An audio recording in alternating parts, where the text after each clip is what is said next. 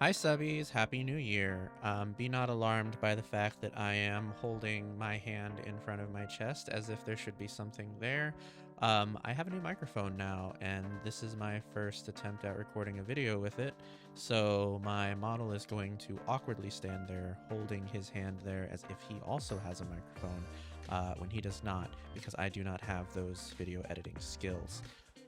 That said, I hope that you're all having a good Monday afternoon. Um, you may remember that towards the end of December, I had asked you all to send me some questions for me to answer on video for you. I don't know why my model's hand lowered. We're going to ignore that for now. Um, well, the question and answering period submissions has passed, and now it's time for me to answer those questions for you on stream. Well, not really a stream, it's more a video. I don't know why I said stream. I think that stream is just something that I do so regularly now that it feels like something that I should be saying. I also don't know what that clicking was just now. Please disregard that. Anyway, let's go ahead and dive into some questions. So, question one comes from a longtime supporter of mine, Lindy, and it says, "What are you grateful for this year?" And that's actually a very good question. I realized I didn't really talk very much last night when we were doing our New Year's Eve donathon about things that I am grateful for this year. And that isn't because I'm not grateful for things. It's more because a lot happened in 2023, and it's actually really hard to properly articulate the things that I am and am not grateful for this year. So we'll just focus on the good things. First good thing is I got to see my partner Mel again. I consider that a very positive thing, actually. We spent 3 weeks together. It was some of the best 3 weeks that I've had in a very long time, if not ever. I got to experience what it was like more or less living with somebody else, which is, sorry, I had to adjust that camera, which is actually a really big deal for me because, as many of you know, I live at home. So that is probably one of the bigger things that I think came out of this year. Another thing I think that came out of this year was I had the opportunity to voyage into editing YouTube videos, and that was the first time I'd ever done that. And while that may not have been a successful endeavor, it did show me that I was capable of doing it should I have the time to devote to it, which personally I think was a big deal. Yes, my hand is still going to move even though I'm holding the microphone because I'm still using leap motion. So do not be alarmed by the fact that sometimes my hand's moving and there is no microphone in it, and then other times my model decides to remember that I'm supposed to be holding a microphone. Anyway, the other things that I'm grateful for this year, I'm grateful that Trails of Ember was a success. I am grateful that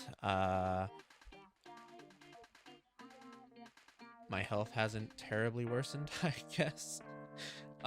It's really hard. I'm sorry. 2023 was such a shit year for me. It's so hard for me to pull good things out of this year. It's been such a mess. I don't really want to talk about how it's been a mess because, for one, if you've been watching me for a while, you know. And for two, I really want to focus on more of the good things in this question, since that is the content of this question, is what am I grateful for? So I think we're going to wrap this question up here, and I also want to mention as well that I'm grateful for everybody who is still supporting me. I feel like we did grow quite a bit this year just because this year is when our mansion server opened, which is our not safe for work ERP server.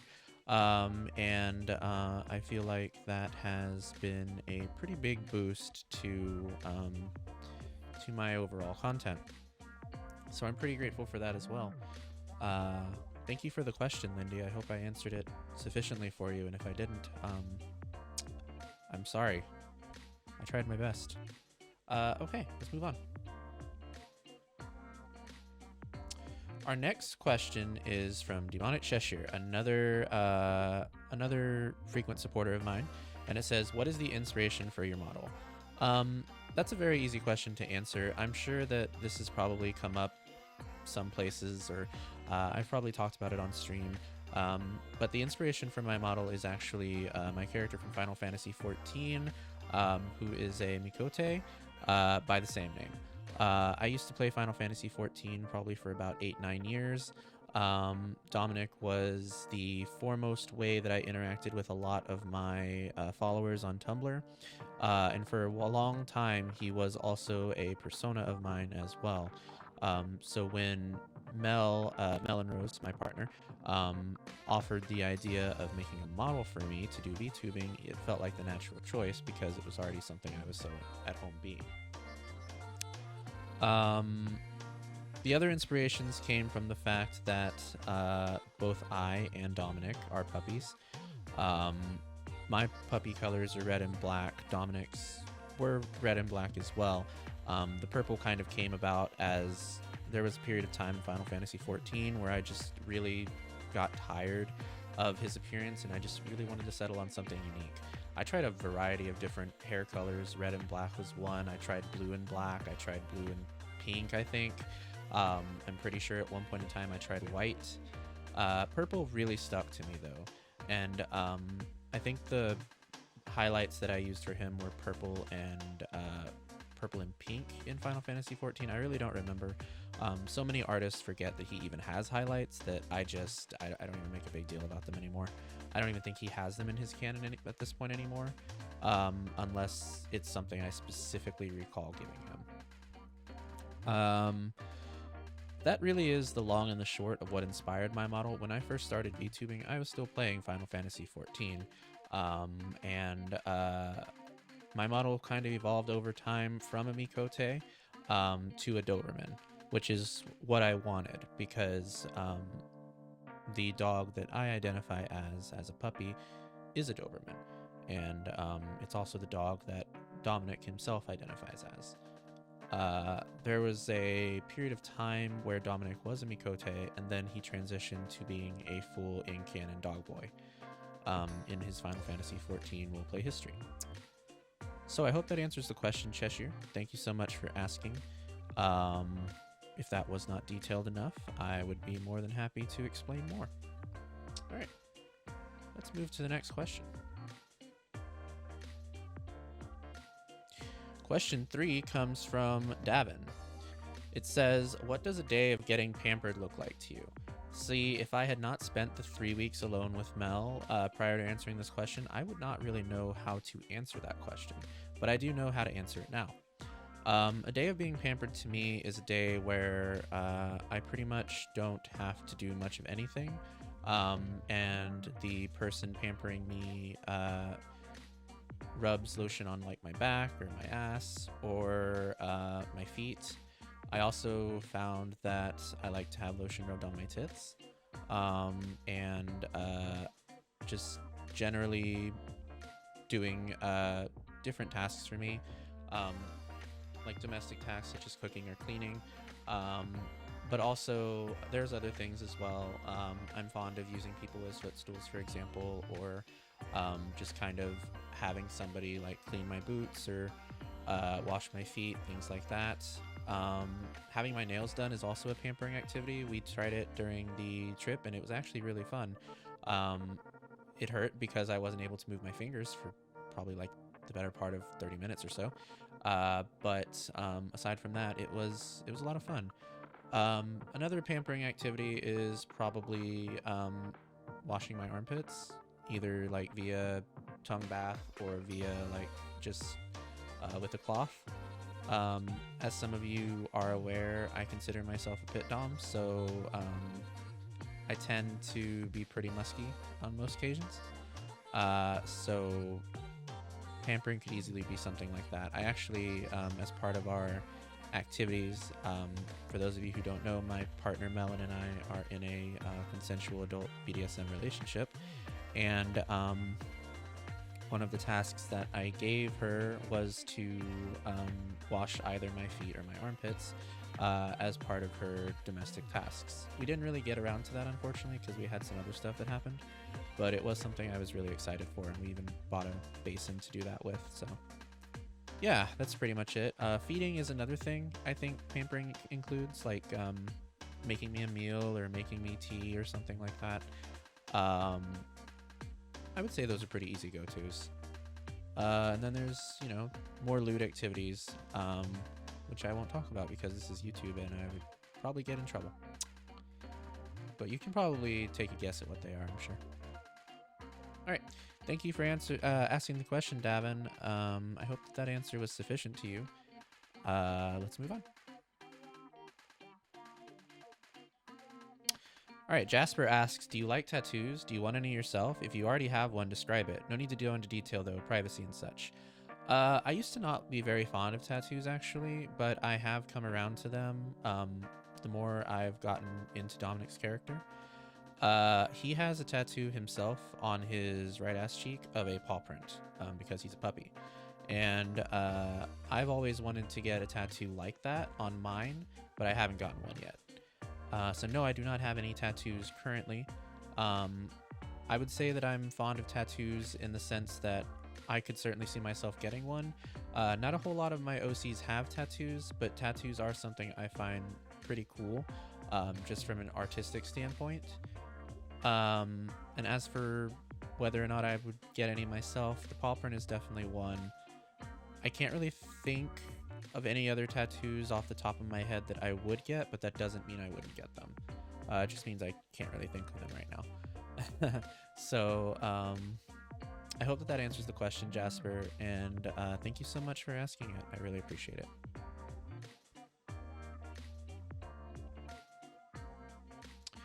All right, our next question comes from Anonymous. It says, tell us about an awkward situation you had this year that involves something sexy.